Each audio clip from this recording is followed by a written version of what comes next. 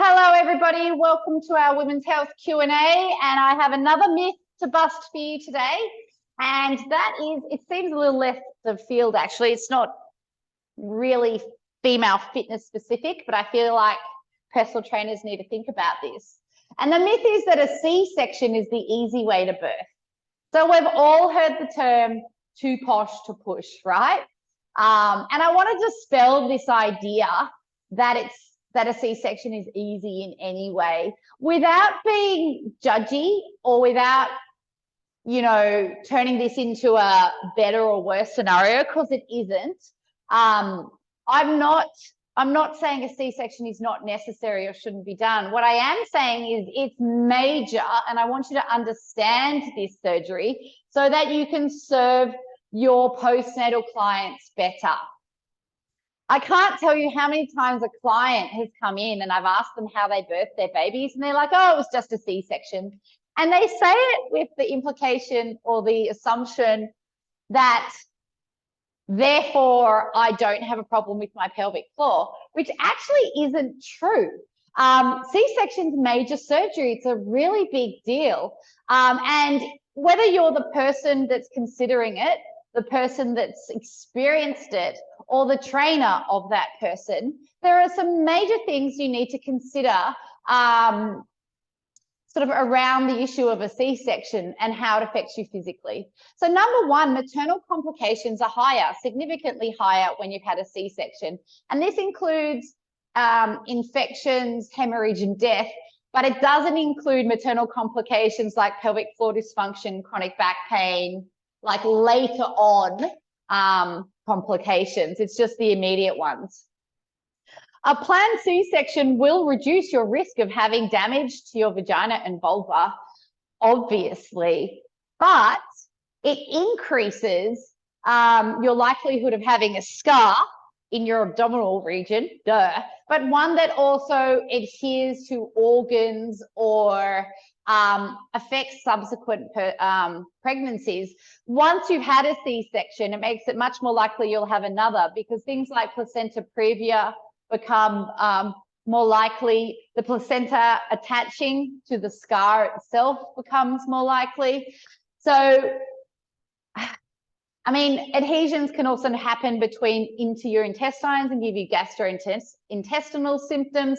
They can affect posture going forward. So there's a myriad of ways and reasons why a scar in your abdominal region will affect you later on, and they'll affect everybody differently, including pelvic floor dysfunction, and adjust things that need to be addressed. So if your client says, oh, I had a C-section, don't assume that her pelvic floor is fine, because the act of being pregnant is a risk factor for pelvic floor dysfunction, as well as a bunch of other things like asthma, like chronic coughing conditions like asthma or obesity, et cetera, et cetera. A C-section cuts through at least 10 layers of tissue. And there are at least 4 ways of doing it, but when they cut left, right, diagonal. What they're trying to ensure is that they do as little damage as possible, ensure blood flow to the tissues that need it, reduce the amount of bleeding out that the woman does, avoiding organ injuries, preventing infections and keeping adhesions to a minimum. Those considerations mean that they can't just slice you open from your left hip to your right hip all the way through, because they'll nick your bladder, or it makes it much more high risk. They actually have to do each layer, one layer at a time, major surgery, okay?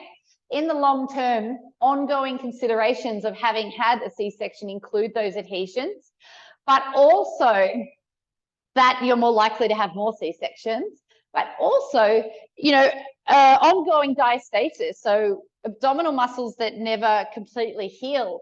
That condition is higher in women who have had a C-section.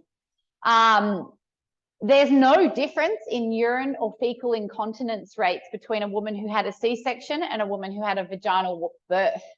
And women who give birth by a C-section are 50% more likely to have a hysterectomy later on. So it's major surgery. And if you're training women who have had children, it is relevant to know what kind of birth they had and to listen to their birth stories. Whether you know what to do about it or not, you can still understand that there are implications. So an example of this is I had a client with a shoulder problem. She's had shoulder problem. Her son's 12. She's had it for ages and ages. She's seen shoulder specialists. She's had reconstructions. It's not better. So I did a fascia assessment, and we discovered that her posture, this is an exaggeration, but it kind of went like this, right? And she was getting pain up here, and they're stretching the shit out of this, right? But no one ever looked at this that was happening in her scar, right? And the consequences of that. So without diagnosing and without prescribing, you need to understand that the complications or consequences of this surgery are far-reaching. And as their personal trainer, you need to look at the body as a whole. So we're not here to judge, but we're here to understand it's a big decision and to do our best with that big decision.